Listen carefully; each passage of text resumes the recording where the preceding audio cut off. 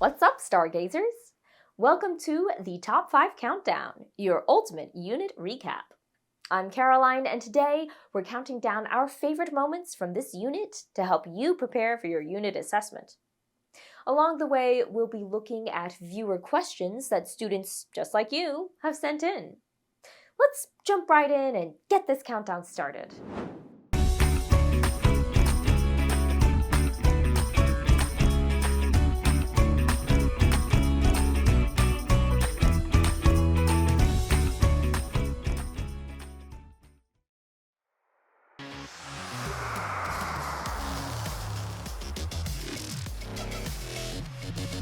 Coming in at number 5. Remember when we learned about moon phases? You may sometimes see the moon as a bright full disk, but other times it's just a small sliver in the sky. Even though one half of the moon is always illuminated, not all of the lit up half is always facing us. The moon's position relative to the Earth and Sun determines its phase, which is the shape we see in the sky. This cycle repeats about every 4 weeks. Let's look at a question we received about this topic. Johnny from Montana writes, "When I look up into the sky and see that only half of the moon is lit up, does this mean an eclipse is happening?" Well, Johnny, while sometimes during a partial lunar eclipse you might only see a part of the moon lit up, it's far more likely that you are simply seeing one of the quarter moon phases. When the Earth, Moon, and Sun make a 90-degree angle with one another, we can only see one half of the moon's lit up side. This happens during the first quarter and third quarter phases.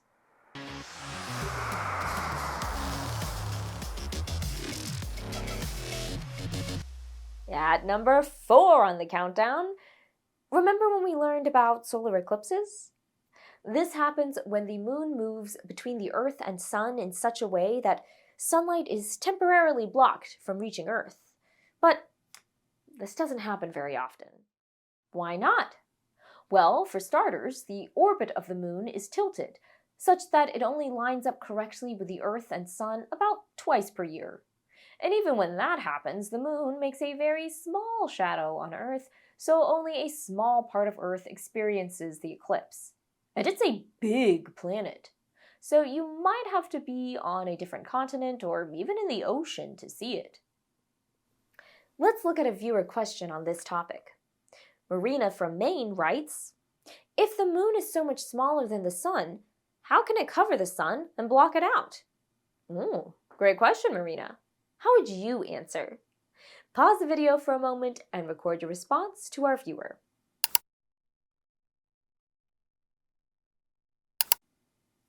What do you come up with?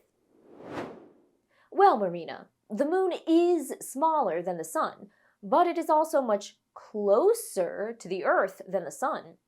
By coincidence, their apparent sizes in the sky are almost exactly the same.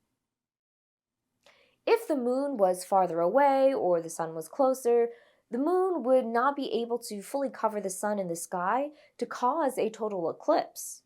And that would be a bummer, because I think eclipses are pretty awesome. Let's keep going and see what topic came in at number 3.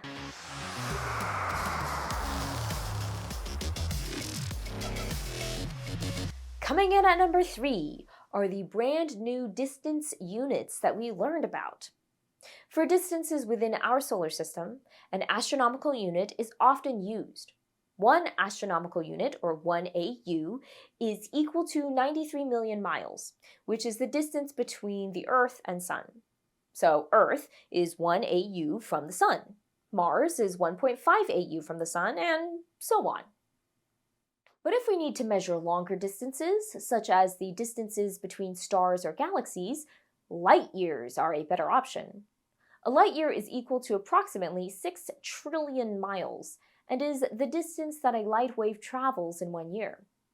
For example, the nearest star outside of our solar system is Alpha Centauri, which is about 4 light years away. This means it takes the light emitted from Alpha Centauri 4 years to reach us here on Earth. Let's see what our viewers are wondering about for this one. Shelby from Massachusetts asks, how long would it take our fastest spaceship to travel 1 light year? Well, Shelby, the fastest spacecraft ever built was the Parker Solar Probe, which was designed to study the outer layers of the sun. It can travel at speeds up to 430,000 miles per hour. But guess what? Even at this incredible speed, it would take the probe well over 1,000 years to travel 6 trillion miles, or 1 light year. And this is a small, unmanned spacecraft. Sadly, our fastest spacecraft capable of carrying people would take much longer. So I don't think we'll be visiting the stars anytime soon, unless, of course, you become a brilliant scientist and find a way to speed things up a bit. But for now, we're down to the final 2. Let's see what's next.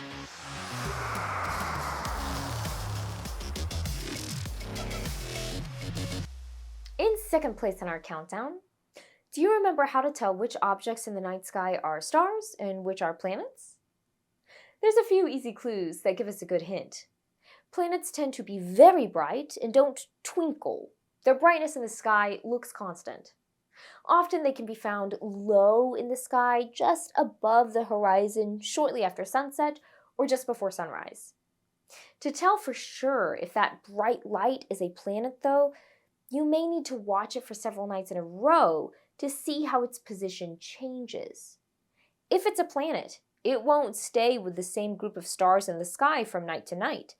Instead, it will appear to wander against the backdrop of stars.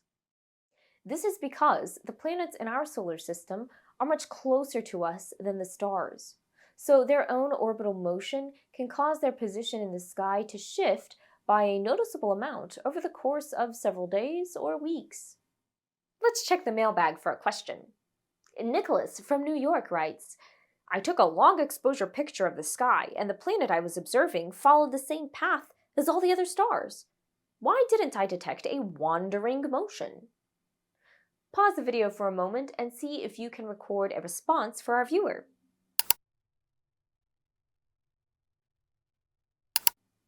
What did you decide?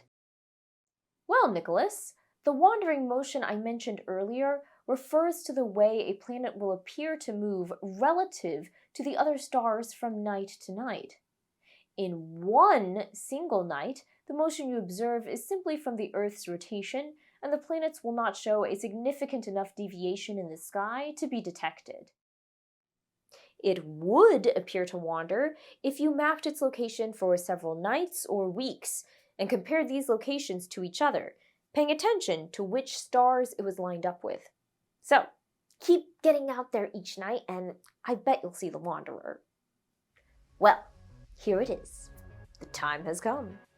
What do you think has claimed our #1 spot? Time for the big reveal.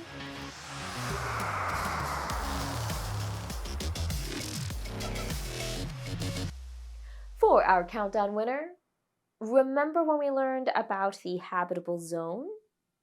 This is the region within our solar system where life is possible. And what do we need for life to be possible? Life as we know it requires stable and moderate temperatures, an atmosphere, and liquid water. Earth has these things because it's in the habitable zone of our star, the Sun. It's not too close and not too far. And of course, it's also helpful that Earth has a magnetosphere, which protects us from harmful particles and radiation that get hurled our way through space. No other planet or moon in our solar system is thought to have this perfect combination of characteristics, which is probably why we haven't found life anywhere else.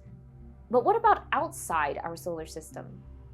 Do you think there are any planets orbiting other stars that might be in a habitable zone? Maybe. And that's a great thought to continue pondering while we look at our viewer question. Let's look at our last viewer question from Hank in Hawaii. If our sun was bigger or smaller, would this affect where the habitable zone was located? Yes, it definitely would. If our sun was bigger, it's likely that Earth's location would be too close to the sun, making it too hot. If it was smaller, our location might be too far away and cold. So, when looking for planets that could support life in other solar systems, astronomers must consider the size of the star to know where to look for the habitable zone. So, that's our top 5 countdown for the unit. Remember that at the end of this lesson, you'll take the unit assessment. Be sure to check out the review materials in your lesson activities first, and of course, you can always go back and review any of the lesson videos if you need a little refresher. Best of luck to you, and I'll see you in our next unit. Hey!